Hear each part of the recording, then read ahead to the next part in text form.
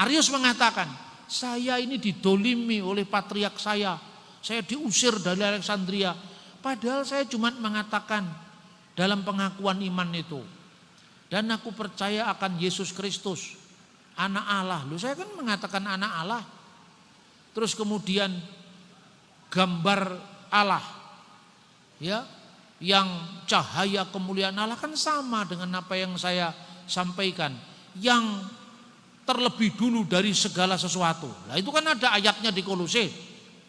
Gambar Allah yang terlebih dulu dari segala ciptaan. Tapi dia punya makna berbeda dengan maknanya Rasul Paulus. Yang sulung itu dimaknai sebagai ciptaan mula-mula. Sementara yang sulung dalam pemahaman Rasul Paulus dan para rasul yang lain, yang sulung itu tidak harus anak pertama. Hak kesulungan bisa diperebutkan. Ayo sekarang, kan yang sulung Esau, kenapa Yakub? Karena kesulungan dalam budaya Israel tidak hanya sulung sebagai anak yang lahir pertama, tapi hak kesulungan itu hak untuk memimpin mezbah keluarga, hak untuk menerima berkat orang tua, dan hak untuk menerima warisan dua kali lipat. Sebab aku menyertai engkau. Janganlah bimbang, sebab aku ini Allahmu. Aku akan meneguhkan, bahkan akan menolong engkau. Aku akan memegang engkau dengan tangan kananku yang membawa kemenangan. Edukasi rohani. Esau hanya memahami menerima warisan dua kali lipat. Kalau sekarang saya jual juga nanti akan selesai. Dia tidak menghormati berkat rohani, pemimpin mezbah keluarga, dan mendapatkan berkat dari orang tua. Maka kesulungan tidak harus berarti urutan waktu. Ini salahnya saksi Yehova. Maka yang sulung dipahami, Yesus itu kan anak pertama kita, adik-adiknya. Pangkatmu apa kamu jadi adiknya Yesus itu? Benar apa tidak? Ini konteks yang seperti ini sebetulnya bisa dikatakan ini orang-orang awam yang mengajar di mana-mana begitu pedenya. Dan jemaat awam itu tertarik karena kepedean dia itu. Bukan karena isinya gitu loh. Makanya diadakan sidang prakonsili di Antioquia.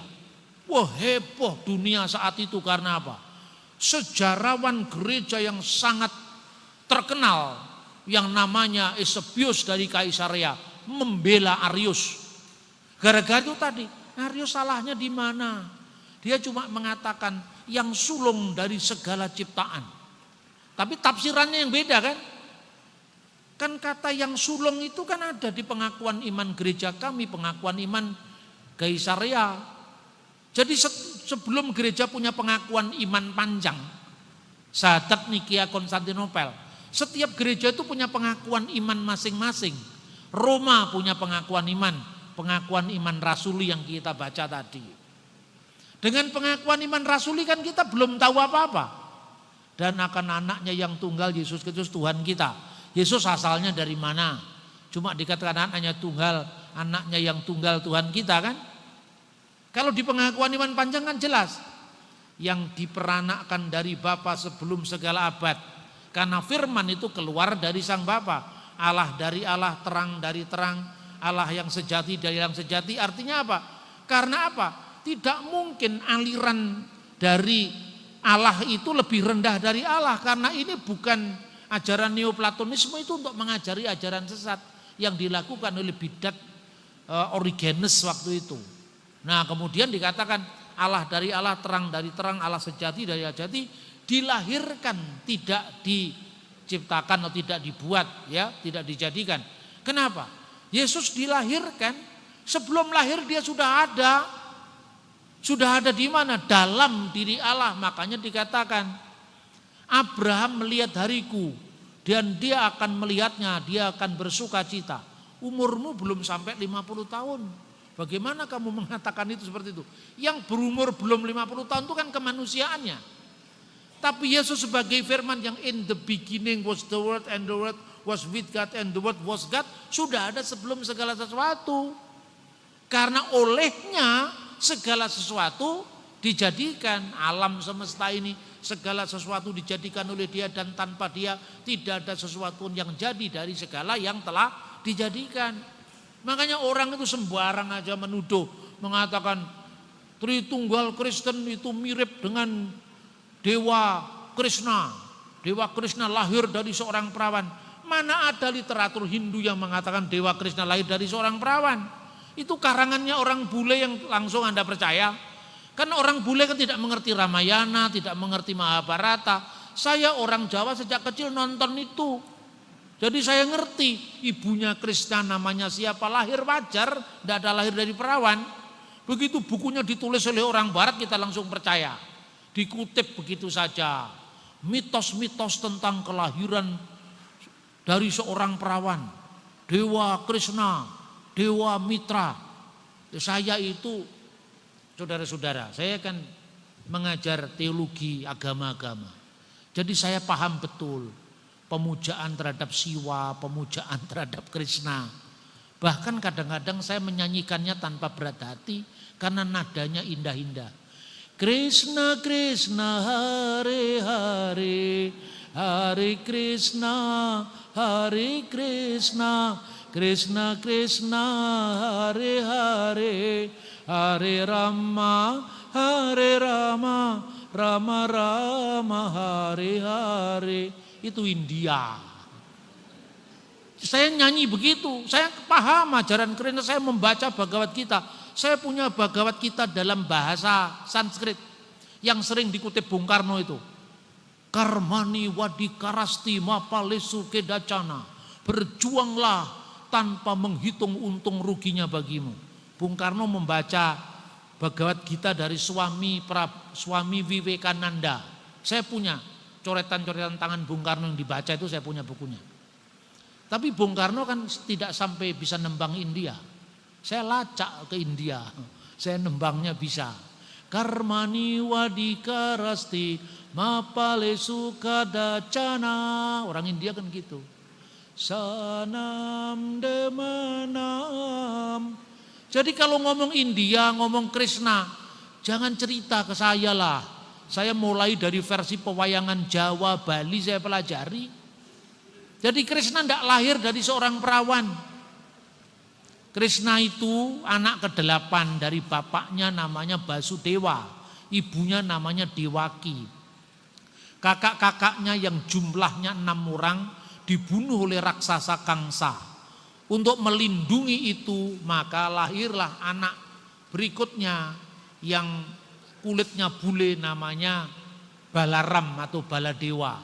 Balaram itu janinnya dipindahkan kepada wanita lain yang namanya Rohini dari ibunya. Setelah itu Krishna dikandung secara wajar, dilahirkan di persembunyiannya sampai lahirnya Krishna. Enggak ada ceritanya lahir dari seorang perawan seperti kekristenan. Ada lagi yang mengatakan itu ciptaan dari Dewa Mitra Persia, lahir dari seorang perawan. Saya membaca langsung itu tulisan-tulisan Persia. Dewa Mitra lahir dari sebongkah batu, tidak ada lahir dari seorang perawan.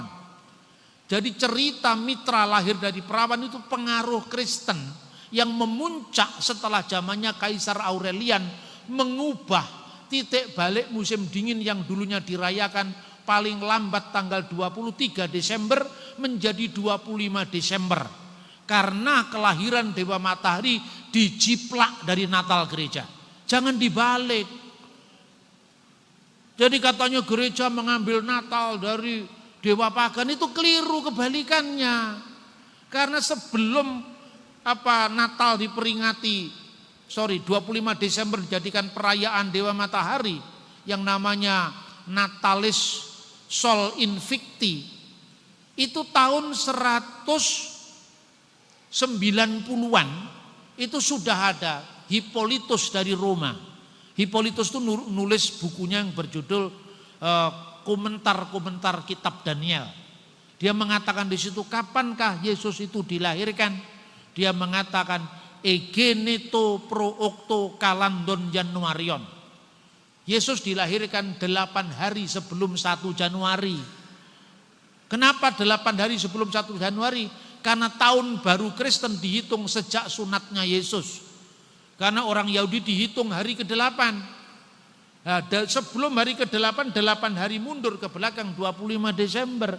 Itu sudah ada dalam dokumen sebelum Dewa Matahari dirayakan. Ini akibatnya kalau kita tidak melacak sumber-sumber primer. Karena Natal 25 Desember itu baru dipersoalkan oleh Paul Ernest Jablonski. Tahun kira-kira 1800 sekian abad 19 itu. Kenapa kita begitu percaya? Tapi karena ada hal yang belum kita bereskan. Semangat Protestan yang anti Katolik itu tidak boleh ada lagi. Karena munculnya pendapat ini hanya karena supaya beda dengan Katolik. Akibatnya kita tidak bisa mengendalikan lagi munculnya sekte-sekte baru yang sekarang justru menjadi batu sandungan bagi orang luar untuk menerima kekristenan. Nah itu saudara-saudara. Arius akhirnya menghebohkan dunia purba waktu itu. Tahun 318 sampai kemudian tahun 325 itu awalnya dia lakukan di wilayah yang namanya Antioquia. Lalu 3 orang ini setelah semua mengakui draft pengakuan iman tanda tangan. Tapi 3 orang ini termasuk Eusebius dari Kaisarea masih diberi kesempatan untuk meluruskan pemahamannya tentu lewat diskusi-diskusi teologis di sebuah konsili yang akan diadakan ya di kota Ankara. Ankara itu sampai Turki sekarang masih ada. Tapi ternyata konsili itu tidak diadakan di kota Ankara, tapi diadakan di kota Nikea. Kenapa? Karena Konstantin yang keberatan. Saya tidak mau konsili diadakan di Ankara. Kenapa?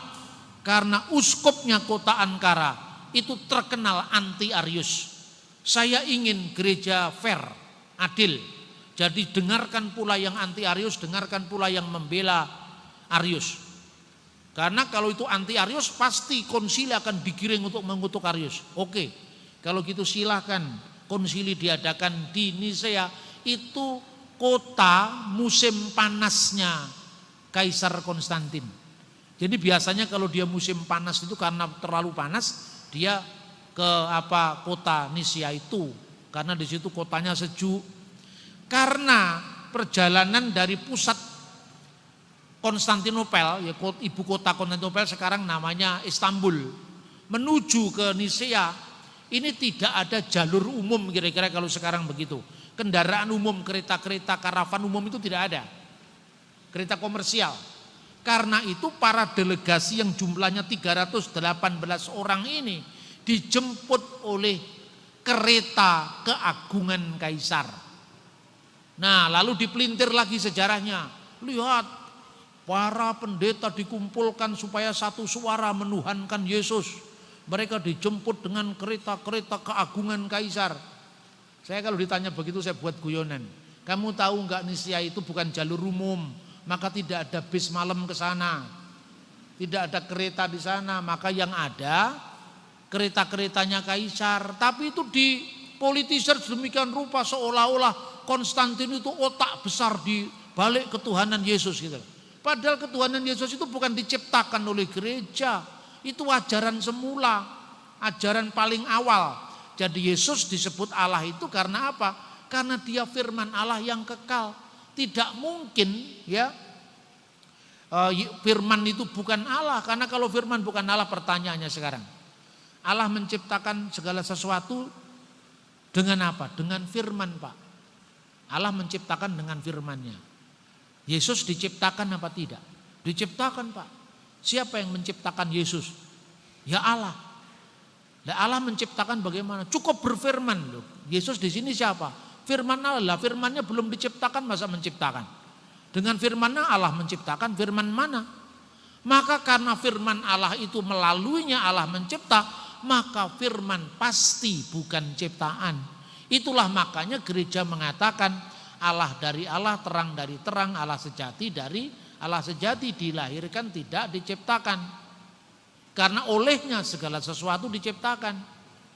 Nah, baru kemudian Roh Kudus tidak lebih sulit. Karena apa? Roh Kudus kan tidak berbentuk manusia, tidak pernah menjadi manusia. Jadi artinya ya Roh Kudus itu roh yang ada dalam diri Allah, selesai kan? Tapi karena Yesus itu firman, selain sebagai firman Allah yang kekal, dia menjadi manusia. maka bagaimana hubungan antara kemanusiaan Yesus dengan keilahiannya sebagai firman Allah? Itulah yang dibahas pada konsili-konsili berikutnya, termasuk Efesus, termasuk Kalsedon. Di mana Yesus pernah mengaku diri Allah? Ya jangan kamu tuntut, akulah Allah, sembahlah aku. Jokowi pun juga tidak mengatakan, akulah Presiden Republik Indonesia, hormatilah aku sebelum aku diganti Pak Prabowo. Juga tidak pernah ada. Tapi ketika Thomas melihat bukti kebangkitannya, dia menyeru, ya Tuhanku dan Allahku. Yesus menerima penyembahan itu. Itu saya kira yang bisa sampaikan. Terima kasih. Ya, mari kita berikan aplaus untuk apa yang dijelaskan oleh Pak Bambang. Bapak Ibu, tadi ya pembicara telah menjelaskan kepada kita tentang bagaimana kita melihat penyesatan-penyesatan dari abad pertama sampai dengan abad keempat dengan beberapa contoh-contoh yang telah beliau berikan kepada kita. Tapi saya ajak kita sekalian, Bapak Ibu, awal tadi saya katakan bahwa kita ada di tengah-tengah mayoritas dan sementara kita menghadapi tantangan iman Kristiani yang cukup besar, termasuk kita juga di tanah Papua. Nah, karena itu saya berharap mari kita tanya, Bapak Ibu tanya hal-hal yang sementara kita alami ya, dan sementara terjadi dalam konteks kita di Indonesia tapi juga kita di tanah Papua. Nah, saya berikan ya buka beberapa session untuk kita ya, dengan session pertama 6 penanya, ini 6 jalur toh. 6 penanya. Iya, jalur sana Bapak, jalur 2, jalur 3, jalur 4, jalur 4 sini. Jalur 5, jalur 4. Jalur 4 belum ada ya? Iya, jalur 6, ya. 5 penanya. Silakan. Bapak sebut nama ya. Baik, shalom. Selamat siang untuk kita semua. Yang saya hormati Pak Dr. Bambang Nursena. Iya, Bapak Ibu yang mau bertanya sebut nama langsung pada pertanyaan. Siap. Iya. Nama saya Deskarlo Warabai. Saya dari Jemaat Petrus Amban. Yang ingin saya tanyakan ada beberapa hal. Yang pertama, kami di Papua masih terjebak dalam penggunaan istilah terang dan gelap. Mohon penjelasan Dr. Bambang terkait terang dan gelap ini. Kemudian yang kedua, mana Alkitab yang harus menjadi pegangan kita? Karena Ethiopia punya sendiri ada, kemudian Ortodoks, Bapak mereka punya juga, Katolik, kemudian kami yang Kristen, mana yang harus menjadi pegangan kita? Kemudian berdasarkan perhitungan hari Sabat, mana yang benar? Karena itu yang melahirkan ajaran Adventis. Ulangi yang ketiga tadi. Hari Sabat, hitungan hari Sabat. Kemudian Manokwari ini kota Injil, tapi kita tidak punya museum kitab. Ya, kami dalam hal ini mungkin bisa ada sumbangan dari Pak Dr. Bambang. Ada replika mungkin kitab Gulungan Laut Mati yang bisa disumbangkan bagi kami. Kita punya apa ya tadi? Kita punya apa tadi? Manokwari kota Injil, tapi Manokwari kota Injil, tapi kita tidak punya museum kitab. Misalnya ditaruh di Mansinam. Ya, kemudian yang terakhir Pak Pendeta, kami punya pengakuan iman GKI.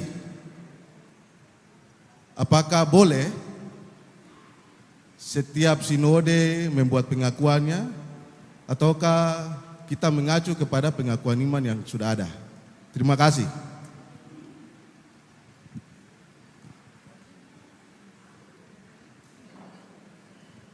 Iya, yang kedua, langsung nama Shalom, langsung pertanyaan. nama saya Yohas Saronggiar. Satu hal saja yang ingin saya tanyakan.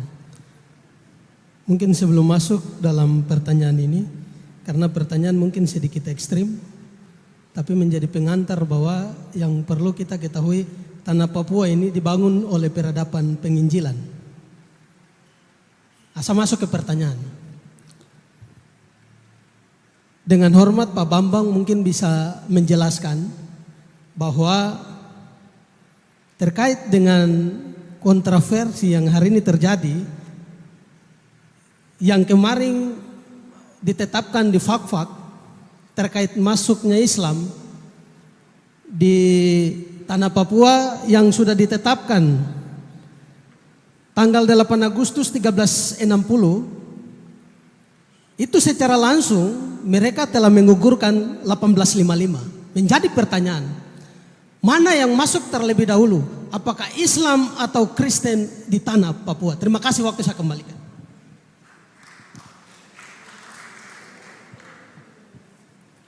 Tiga tadi Bapak, orang Bapak ini Bapak. Ini tiga. Bapak berdiri.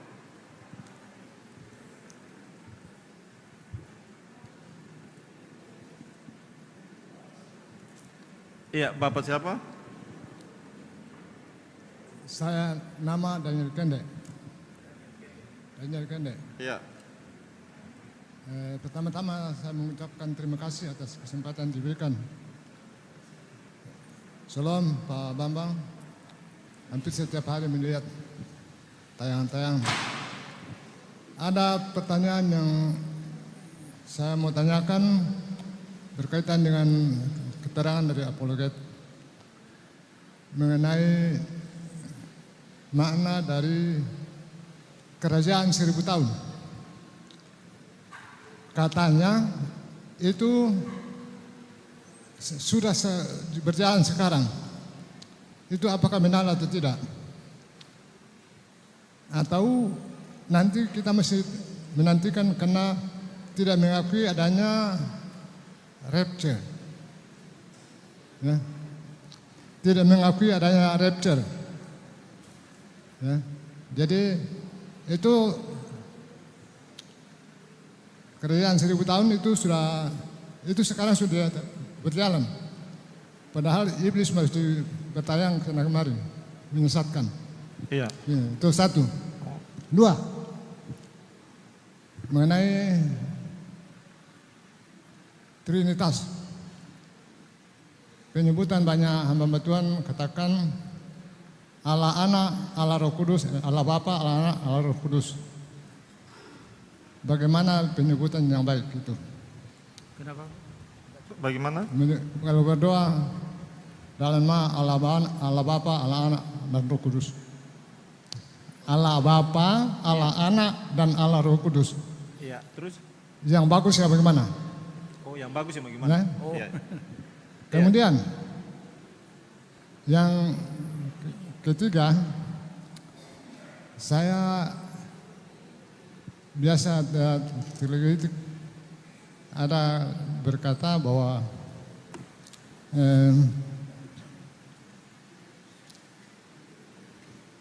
apa satu ya? Oh ya, ini mengenai masalah pengampunan. Masalah apa ya? Ada nas di dalam Alkitab, Pak. Pengampunannya ada pemaknaan kata pengampunan itu 70 kali 70 kali. Ada orang yang menghitung hanya 490. Padahal kalau dilihat dari bahasanya 70 kali 7 kali berarti 7 pangkat 7. 70 kali pangkat 7. Tidak terhingga. Jadi mungkin itu yang salah bahasa atau salah terjemahan atau tidak ikut matematika. Terima kasih. Iya. Penanya keempat tadi di sini. Ya, yang kelima beliau terakhir. Ya, silakan. Nama? Saya Darius dari Efrata Wosi.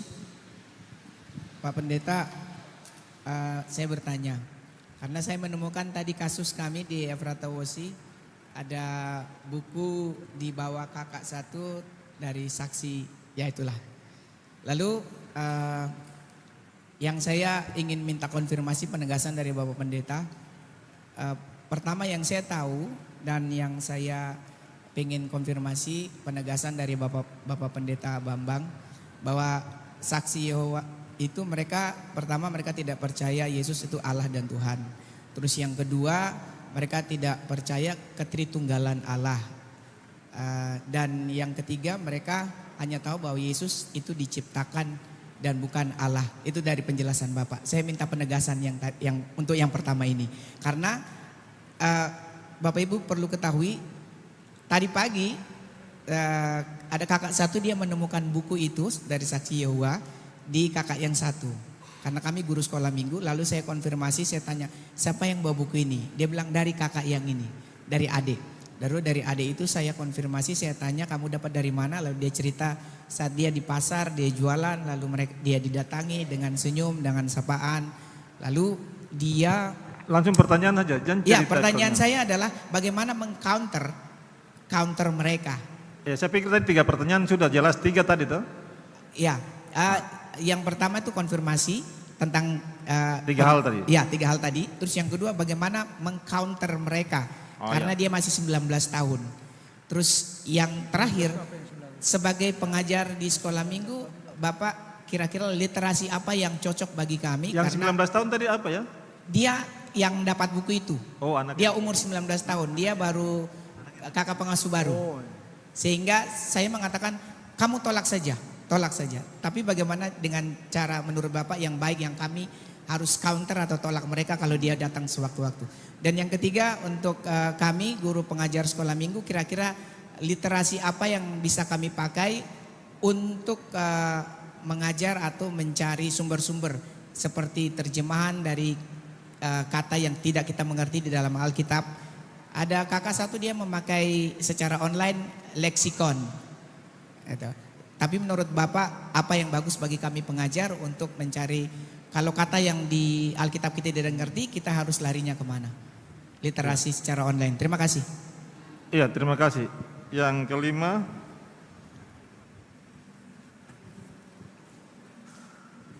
Ya, saya Oloan dari PKB Maranatha Kota. Pertanyaan pertama, di antara bapak-bapak tadi kita sempat berdebat di luar. Mau bertanya kepada Pak Bambang, Bapak dulunya Muslim atau bagaimana? Karena dari segi nama Bambang dan Nursena, jadi agak sedikit mungkin nama Muslim atau bagaimana. Kedua, banyak juga dari kita sering membahas soal mengapa Tuhan Yesus bisa bilang Allahku, Allahku, mengapa engkau meninggalkan aku? Mungkin kita selama ini baca tapi tidak tahu teks aslinya bagaimana, karena kami yakin Bapak tahu. Dan kedua, kenapa Yesus berdoa? Dan bisa kurang, maksud saya mungkin waktu di Taman Getsemani sepertinya Yesus merasa takut. Itu aja. Terima kasih. Iya, terima kasih. Mari kita tepuk tangan dulu untuk 5 penanya. Luar biasa, yang penanya pertama itu ada 5 pertanyaan. Pertanyaan pertama, ya di Papua, ya kita kenal ada istilah terang dan gelap. Ya, ini mohon dijelaskan. Lalu yang kedua, makna Alkitab yang harus menjadi, mana Alkitab yang harus menjadi pegangan kita. Karena ada beberapa ya versi Alkitab barangkali, tapi juga dari versi Katolik, versi Ortodoks, versi Protestan. Yang ketiga, hari Sabat, mana yang benar. Yang keempat, Manokwari kota Injil, tetapi kita tidak punya museum. Yang kelima, GKI Tanah Papua punya pengakuan iman. Apakah boleh setiap gereja punya pengakuan iman? Ya, Pak jawab itu. Ya, terima kasih. Jadi saya jawab dari yang akhir dulu. Setiap gereja itu kan punya tantangan konteks yang berbeda-beda. Jadi apa yang dialami oleh gereja-gereja kuno itu tidak sepenuhnya sama dengan apa yang dialami oleh gereja baru dalam konteks yang baru. Ini tidak ada salahnya. Karena kalau itu misalnya gereja menghadapi sebuah keadaan di mana alam dieksploitasi. Kenapa kita tidak menegaskan bagaimana salah satu panggilan iman kita itu adalah memelihara lingkungan hidup misalnya, itu boleh. Tapi akarnya jangan hilang. Kalau akarnya hilang, kita akan kehilangan sejarah yang begitu panjang. Sebab apa yang kita alami sekarang itu bisa kita refleksikan dari pengalaman-pengalaman sebelumnya. Jadi artinya yang akar sejarahnya tetap kita pertahankan, tetapi juga jangan sampai kita hanya memelihara rumus-rumus liturgisnya yang tidak lagi dipahami oleh dunia atau konteks yang baru yang berbeda dengan zaman dulu. Kemudian soal problematika bagaimana menghadapi terang dan gelap, yaitu sebetulnya tugas panggilan apostolik seluruh gereja. Karena artinya gereja tidak hanya di satu medan peperangan secara budaya, ya, secara politik, kultural, secara intelektual, tapi juga secara rohani. Jadi apa yang dikatakan Yesus selain menjadikan kabar Injil kepada segala makhluk, ya, tapi juga kamu akan mengusir setan atas namaku, dan konfrontasi dengan dunia-dunia kegelapan, okultisme itu panggilan seluruh gereja. 70 murid itu ketika diutus oleh Yesus, mereka melaporkan, Tuhan, setan-setan pun tunduk karena namamu, gitu kan. Yesus mengatakan, aku melihat iblis jatuh dari langit seperti kilat. Jadi artinya Injil itu masuk apabila sudah ada kejatuhan dari dunia kegelapan itu. Nah, dunia kegelapan itulah yang menghalangi kabar Injil diberitakan. Lewat perilaku penduduk sekitarnya yang masih belum siap, ya, dengan berbagai macam fenomenanya, lewat cengkeraman roh-roh jahat yang mengganggu, lewat sakit penyakit, gangguan mental dan sebagainya. Dan ketika itu kalau Otto dan Gessler sudah menginjakkan kaki di tanah Papua dalam nama Tuhan Yesus Kristus, itu artinya ada momentum apostolik di mana nama Yesus itu sebetulnya menjadi andalan kedua hamba Tuhan itu untuk membuka yang belum dibuka, termasuk bagaimana ketergantungan pada roh-roh jahat, termasuk bagaimana di wilayah Batak, wilayah Jawa, wilayah Bali, semuanya seperti itu. Kemudian mana Alkitab yang dipercaya? Seringkali ini juga menjadi bahan dari orang-orang yang mencari kelemahan iman Kristen, padahal itu bukan kelemahan, itu kelebihan. Kenapa dianggap kelemahan? Karena Kristen mewarisi sejarah yang sangat panjang. Mau disamakan dengan satu agama yang muncul dari satu zaman, ya tidak sama. Nah, itu termasuk bentuk keterjebakan kita. Saya biasanya alihkan pembicaraannya supaya dia lebih berpikir mendalam. Jadi Alkitabnya saja enggak sama, Katolik, Protestan, Ortodok enggak sama. Saya bilang, siapa yang bilang tidak sama? Di seluruh dunia ini gereja Katolik, gereja Ortodok, gereja Protestan, Alkitabnya sama, 27 kitab. Dari Matius sampai Wahyu tidak beda. Loh, perjanjian lama itu kan Yahudi. Sebelum Kristen itu saya bilang itu. Itu paham yang saya maksud? Kristen hanya mewarisi Yahudi, dan Yahudi itu sektenya banyak. Sekte yang bertahan ini hanya sekte Parisi sekarang ini, yang bermetamorfose menjadi aliran Yahudi rabbinik.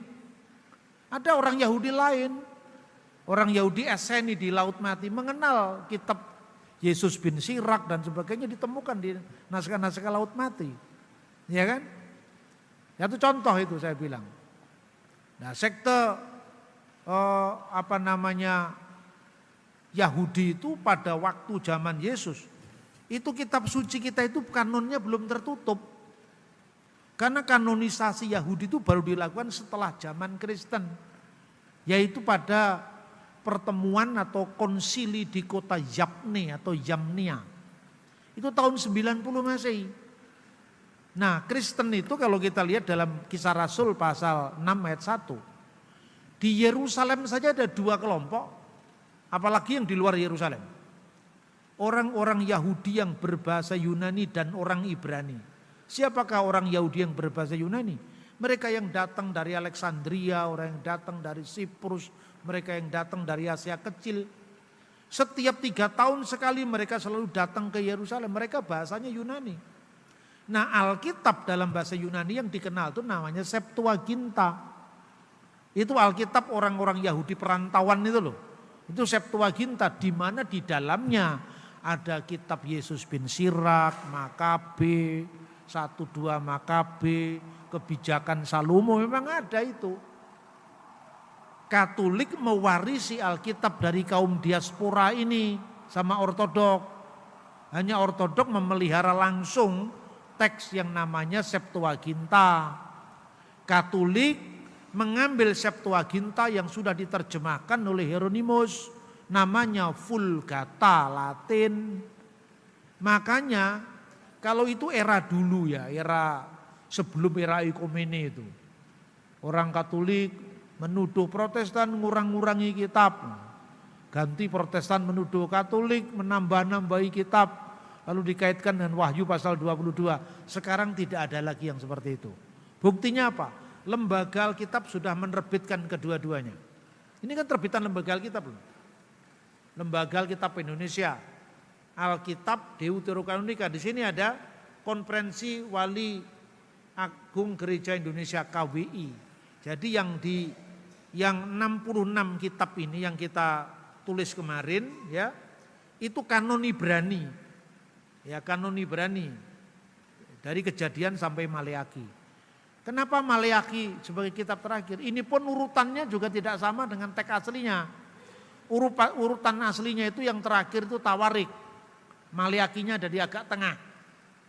Karena urutan Yahudi itu begini. Tanak. Jadi kitab perjanjian lama kita yang satu ini diwarisi Yahudi dan Kristen. Orang Yahudi tidak percaya Yesus pun Alkitabnya perjanjian lama yang namanya Tanak itu. Tanak itu Torah, Nevim, Ketubim. Torah itu terdiri dari Bereshit, Elesemot, Wajikra, Bamidbar, Devarim. Kejadian, Keluaran, Imamat, Bilangan, Ulangan. Kemudian Nebiim, nabi-nabi. Nebim itu terdiri dari Nebim Rishonim, Nebim Akarunim. Nabi-nabi awal, nabi-nabi akhir. Dan nabi-nabi akhir itu dibagi lagi menjadi nabi-nabi besar, nabi-nabi kecil.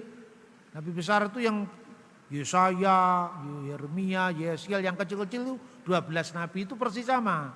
Yang terakhir itu Ketuvim. Ketuvim itu diawali dari Tehilim, Misele atau Mazmur, Amsal, terakhir Tawarik. Nah, Maleaki di tengah-tengah yang tadi nabi-nabi kecil tadi gitu loh. Urutan Indonesia ini diambil dari urutan Septuaginta tanpa Deuterokanonika. Bukan urutan Ibrani. Makanya kalau Bapak Ibu membeli Alkitab bahasa Ibrani Indonesia terbitan Lai, jangan kaget. Itu ada 2, Ibrani Indonesia. Tapi urutan kitab yang terakhirnya adalah kitab Maleaki. Itu urutan aslinya menurut Tanak. Nah kalau ini urutan Septuaginta setelah dipisahkan Deuterokanonika. Ya. Makanya kalau pendekatan sekarang tidak seperti zaman dulu. Orang misalnya salah satu argumentasi dari kalangan Protestan. Kita tidak bisa menerima kitab-kitab itu karena tidak pernah dikutip oleh Yesus gitu misalnya. Karena pada zaman Yesus kitab itu masih dalam proses pembentukan. Ya misalnya belum semua mengenal yang namanya buku yang namanya Makabe. Tetapi yang tercatat dalam Makabe itu sampai sekarang dipraktekkan orang Yahudi. Juga dihadiri oleh Yesus dalam perayaan. Jadi kalau Yesus mengutip langsung dari Makabe tidak. Seperti yang dikatakan, seperti yang tertulis dalam kitab Nabi tidak pernah ada. Tapi kalau Yesus menyuarakan hikmat yang ditulis oleh kitab Deuterokanonika ya. Misalnya, marilah padaku hai kamu yang letih lesu dan beban berat. Itu gaung dari buku yang namanya Yesua ben Sirak. Kitab Ibrani bukan kutipan langsung. Yesus itu adalah gambar Allah yang menopang segala sesuatu. Itu bisa sejajar dilihat dari kebijakan Salomo pasal 7. ayat 18 dan 19. Pantulan dari cahaya kekal dan gambar wujud Allah itu ada di sana. Jadi karena itu bukan tanakh maka tidak langsung dikutip dalam pengertian seperti tertulis firman Tuhan, tapi kebijakan itu dilanjutkan, dipelihara oleh orang Yahudi. Bahkan perayaan Yahudi yang namanya Hanukah. Hanukah itu perayaan penahbisan bait suci. Makanya kalau Bapak Ibu pergi ke Israel, ada kaki dian bercabang 7. Ya, ini tadi. Bercabang 7 itu namanya apa? Menorah. Itu ada ayatnya dalam Taurat kan? Tapi kalau Anda pergi ke Israel ada kaki dian bercabang 9. Ayatnya di mana itu? Tidak ada dalam perjanjian lama Ibrani, tapi adanya dalam 1 dan 2 Makabe. Kenapa? Karena itu terjadinya intertestamental. Jadi setelah kitab Ibrani ditulis, antara tahun penulisan kitab Ibrani, kitab Maleaki, kitab Zakaria ini sampai perjanjian baru, itu ada kurun kira-kira 500 tahun. Nah kurun itulah yang diisi oleh buku-buku Deuterokanonika. Maka apa yang diperingati dengan peristiwa zamannya Makabe itu waktu itu kan Israel itu kira-kira gini kalau kita lihat ya. Makanya kalau pertanyaannya satu orang itu 5 pertanyaan, bagaimana mau dijawab singkat? Kan bisa salah kemana-mana itu jawabannya kan. Satu orang pertanyaannya 5, sahabat memerlukan waktu sendiri. Kalau sekedar saya jawab ya kita bukan lagi sahabat, kita perjanjian baru. Selesai kalau jawabannya begitu kan. Tapi kalau saya jawab begitu nanti malah menimbulkan misunderstanding. Jadi saya ulang lagi. Jadi setelah pembuangan Babel tahun 586 sebelum Masehi, itu ada peristiwa yang namanya pembebasan orang-orang Yahudi dari Babel lewat dekrit Kores Agung. Itu tahun 539 sebelum Masehi. Mereka diizinkan jadi bekas tawanan Babel. Dan ini juga tidak hanya tercatat dalam Alkitab loh, hebatnya Alkitab kan di situ. Bukan sekedar buku yang diklaim firman Tuhan harus dijaga. Kalau firman Tuhan ini sampai dikutip salah kemudian kena penodaan agama, nggak pernah begitu. Yang menjaga Alkitab itu sejarah yang mengkonfirmasikan kebenaran Alkitab.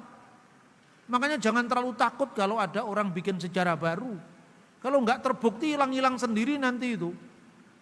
Tapi kita tidak boleh terlalu reaktif terhadap itu, biar saja semua akan diuji dengan sejarah. Asalkan kita tidak pasif ya.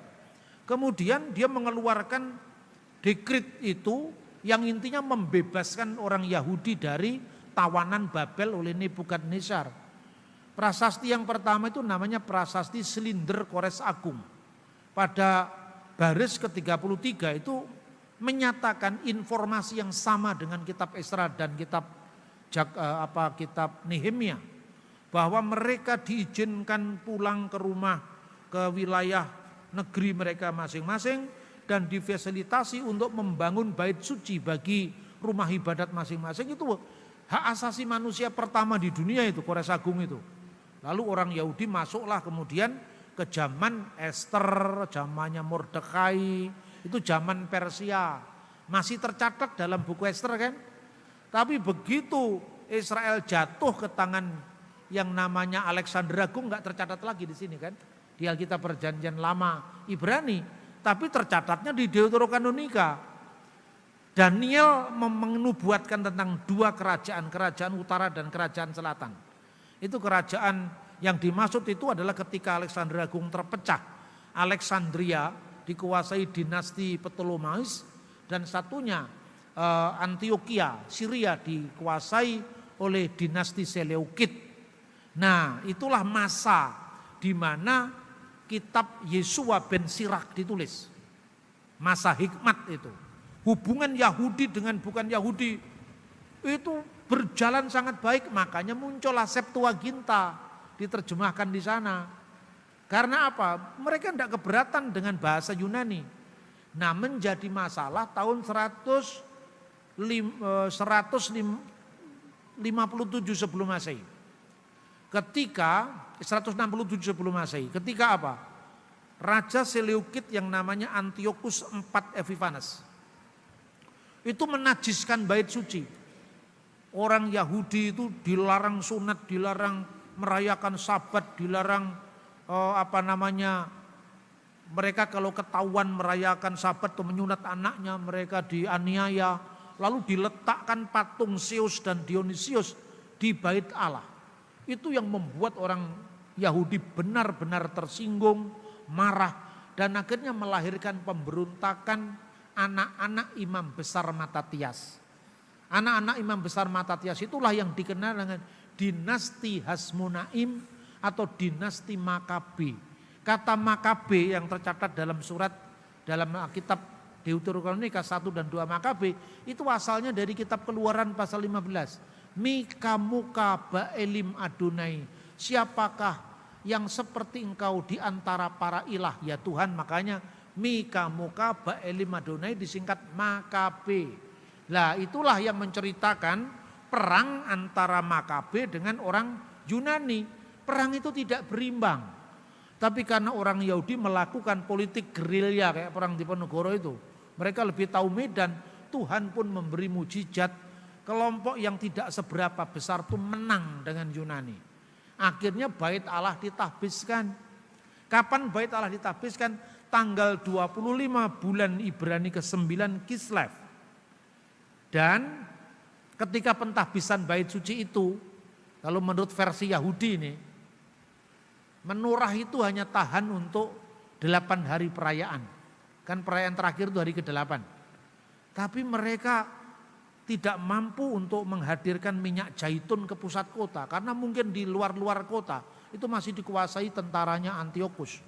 Lalu dengan minyak zaitun 1 hari itu, dia bisa merayakan penahbisan bait suci selama 8 hari 8 malam perayaan. Lalu mereka berpikir dari manakah api minyak yang menyalakan api yang 8 ini? Dari Tuhan, karena itu mujizat. Makanya di sini ada 4. Di sini ada 4, tengahnya paling tinggi. Itu namanya Syamas. Ya, yang menyalakan ke-4 yang lain ini. Inilah yang diperingati oleh orang Yahudi sekarang. Jadi kalau banyak orang yang datang ke Israel tanya kepada saya, Pak, kenapa ada 2 kaki dian? Ada kaki dian 7, ada kaki dian bercabang 9. Yang 9 itu memperingati peristiwa Makabe. Di mana itu tercatat? Ya enggak tercatat di Alkitab Ibrani. Wong kejadiannya baru tahun 152 sebelum Masehi. Lah kejadian-kejadian yang tidak tercatat antara 500 tahun sebelum perjanjian baru itu yang dicatat di buku ini. Jadi itu buku sejarah kalau tidak mau mengakui. Jadi kanon yang enggak buku sejarah.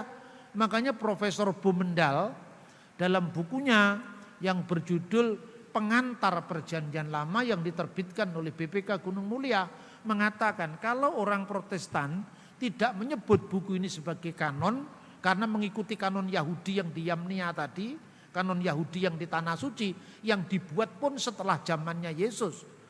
Maka disebut di situ sebagai devotional book, buku-buku sejarah yang membangun kerohanian.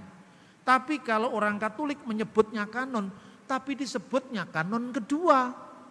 Kanon pertamanya sama, Protokanonika 66 kitab yang kemarin kita tulis.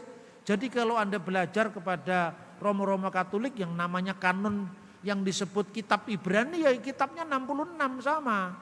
Tapi karena sejarahnya tidak hanya mencakup 500 tahun sebelum zaman Yesus yang kosong tadi, isinya ini maka disebut kanon, tapi kanon kedua, Deuterokanon. Nah teman-teman yang suka usil ngurusi Alkitab itu, saya bilang mana yang beda, sama 27 kitab. Nah itu Deuterokanonika. Deuterokanonika kan kanon kedua. Kanon pertamanya kan sama, Protokanonika 66 kitab. Soal Protestan tidak menyebut kanon tapi menghormati buku itu. Intinya kan begitu saudara-saudara. Nah kemudian teman-teman ini masih aja usil nanya. Lu kok kitab suci kok ada kanon pertama, kanon kedua? Nah kamu juga punya hadis, ada hadis sokeh, ada hadis hasan. Sama juga ada tingkatannya.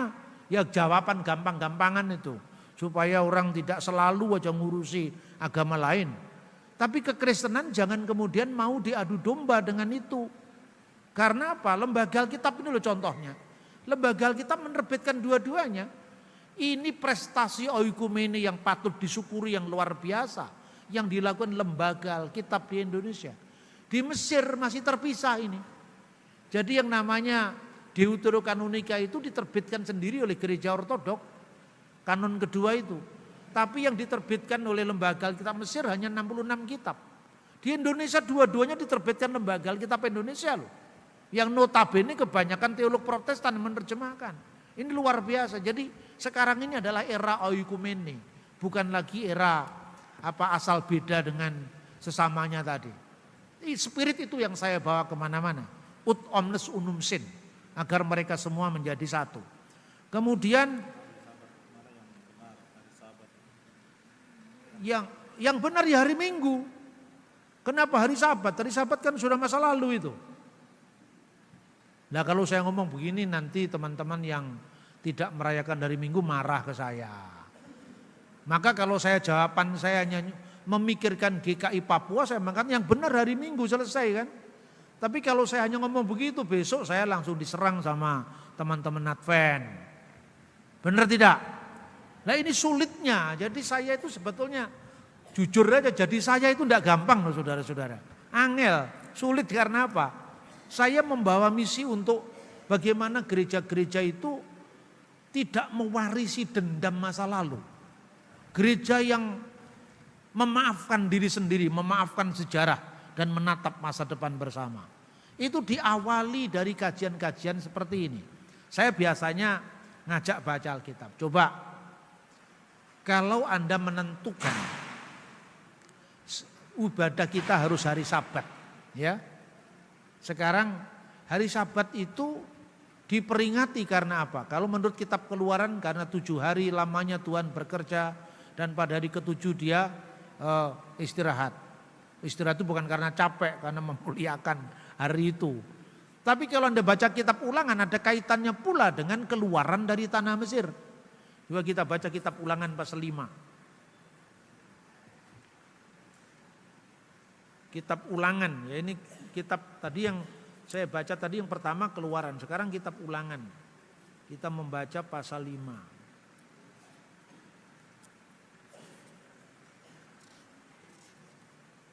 Ya, 10 firman itu.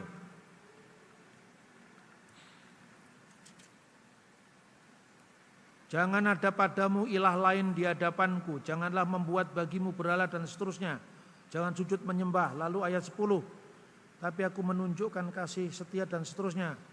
Jangan menyebut nama Tuhan, pelihara dan kuduskanlah hari Sabat seperti yang diperintahkan kepadamu oleh Tuhan Allahmu. 6 hari lamanya engkau akan bekerja dan melakukan segala pekerjaanmu. Tetapi hari ke-7 adalah hari Sabat bagi Tuhan Allahmu. Jangan melakukan pekerjaan apapun engkau, anak laki-laki atau perempuan, hambamu laki-laki, hambamu perempuan, lembumu dan keledaimu, segala hewanmu ataupun pendatang di dalam kotamu, supaya hambamu laki-laki atau perempuan istirahat seperti engkau juga. Haruslah kau ingat bahwa engkau pun dahulu budak di tanah Mesir dan engkau dibawa keluar dari sana oleh Tuhan Allahmu dengan tangan yang kuat, dengan lengan teracung. Itulah sebabnya Tuhan memerintahkan engkau merayakan pada hari Sabat. Nah pertanyaannya, kalau kita membaca Sabat dari Keluaran, ya kan? Itu alasannya umum. 7 hari, 6 hari lamanya Tuhan berkarya, pada hari terakhir, hari Sabat, harus istirahat. Pertanyaannya, hukum di mana di Alkitab sebelum Taurat Musa diberikan yang suruh merayakan Sabat? Tidak ada. Berarti hukum itu setelah zamannya Musa kan? Tapi pertimbangan pertama dari kitab Keluaran adalah pertimbangan alasan universal itu. Tapi ada alasan yang lebih khusus. Karena kamu dibebaskan dari tanah Mesir. Lah ini sifatnya khusus Israel. Karena bangsa Indonesia tidak dibebaskan dari tanah Mesir. Benar tidak? Orang Malaysia tidak dibebaskan dari tanah Mesir. Berarti ini khusus kan? Makanya saudara-saudara, orang Yahudi sampai sekarang, sejak zaman dulu pun tidak memaksakan Sabat kepada orang bukan Yahudi. Orang Yahudi dulu kalau sebelum tahun 2000 negara Israel, kalau hari Sabat itu hotel-hotel makanan semua dingin karena nggak ada yang berani bekerja memanasi makanan di kulkas pada hari Sabat atau di pemanas pada hari Sabat. Tapi sekarang semua makanan hangat, panas. Kenapa? Karena ada orang asing yang bekerja pada hari Sabat. Dan orang asing itu orang non-Yahudi. Itu namanya Sabat Goi. Jadi hari Sabat berlaku bagi orang Yahudi tapi tidak berlaku bagi orang non-Yahudi. Makanya ada Sabat Goi oleh bekerja pada hari Sabat. Karena alasannya ini. Yang mengalami peristiwa pembebasan dari Mesir. Itu 2 Tawarikh pasal 7. Api turun dari langit, nyanyian syukur. Setelah Salomo mengakhiri doanya, api pun turun dari langit memakan habis korban bakaran dan korban-korban sembelihan itu, dan kemuliaan Tuhan memenuhi rumah itu. Para imam tidak dapat memasuki rumah Tuhan itu, karena kemuliaan Tuhan memenuhi rumah Tuhan. Ketika segenap orang Israel melihat api itu turun, dan kemuliaan Tuhan meliputi rumah itu, berlututlah mereka di atas lantai, dengan muka mereka sampai ke tanah, lalu sujud menyembah dan menyanyikan syukur bagi Tuhan, sebab Ia baik, bahwasanya untuk selama-lamanya kasih setianya. Korban pentahbisan dan perayaan. Lalu raja bersama-sama seluruh bangsa mempersembahkan korban sembelihan di hadapan Tuhan. Sebagai korban sembelihan, Raja Salomo mempersembahkan 22.000 ekor lembu sapi dan 120.000 ekor kambing domba. Demikianlah raja dan seluruh bangsa mentahbiskan rumah Allah. Para imam telah siap berdiri pada tempat mereka. Begitu pula orang-orang Lewi telah siap dengan alat-alat musik untuk memuliakan Tuhan, yakni alat-alat musik yang dibuat Raja Daud untuk mengiringi nyanyian syukur bagi Tuhan, bahwasanya untuk selama-lamanya kasih setianya. Setiap kali mereka ditugaskan Daud menyanyikan puji-pujian, dalam pada itu para imam berdiri berhadapan dengan mereka sambil meniup nafiri, sedang segenap orang Israel berdiri. Lalu Salomo menguduskan pertengahan pelataran yang di depan rumah Tuhan, sebab disitulah diolahnya segala korban bakaran dan lemak korban keselamatan. Sebab mezbah tembaga yang dibuat Salomo tidak dapat memuat korban bakaran dan korban sajian dan segala lemak korban. Dan pada waktu itu juga Salomo mengadakan perayaan Pondok Daun selama 7 hari bersama-sama dengan seluruh Israel, suatu jemaah yang amat besar dari jalan masuk ke Hamat sampai ke sungai Mesir.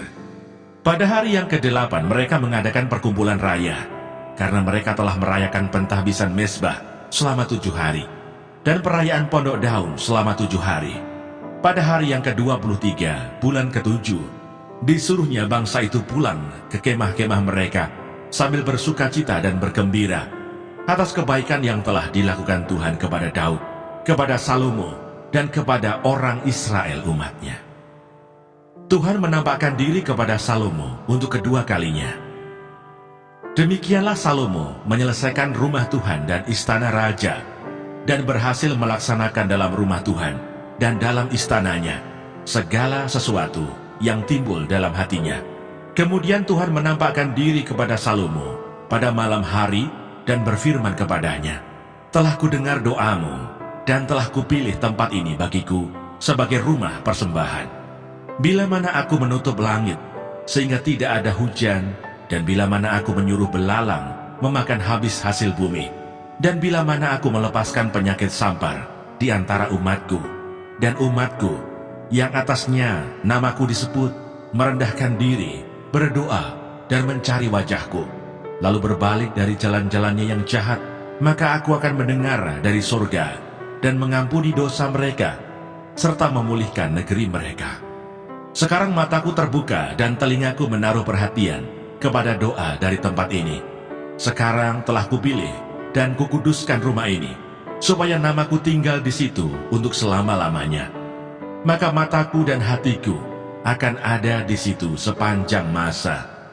Mengenai engkau, jika engkau hidup di hadapanku sama seperti Daud ayahmu, dan berbuat sesuai dengan segala yang kuperintahkan kepadamu, dan jika engkau tetap mengikuti segala ketetapan dan peraturanku, maka aku akan meneguhkan tahta kerajaanmu sesuai dengan perjanjian yang telah kuikat dengan Daud ayahmu, dengan berkata, takkan terputus keturunanmu yang memerintah atas Israel.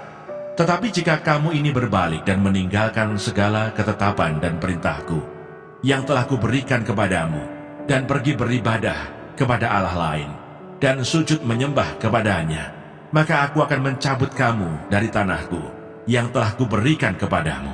Dan rumah ini yang telah kukuduskan bagi namaku akan kubuang dari hadapanku, dan akan kujadikan kiasan dan sindiran di antara segala bangsa. Dan setiap orang yang lewat rumah yang amat ditinggikan ini akan tertegun dan berkata, apakah sebabnya Tuhan berbuat yang demikian kepada negeri ini dan kepada rumah ini? Maka orang akan berkata, sebab mereka meninggalkan Tuhan, Allah nenek moyang mereka, yang membawa mereka keluar dari tanah Mesir, dan sebab mereka berpegang pada Allah lain, dan sujud menyembah kepadanya, dan beribadah kepadanya. Itulah sebabnya Ia mendatangkan segala malapetaka ini ke atas mereka, sebab aku menyertai engkau. Janganlah bimbang, sebab aku ini Allahmu. Aku akan meneguhkan, bahkan akan menolong engkau. Aku akan memegang engkau dengan tangan kananku yang membawa kemenangan. Edukasi rohani.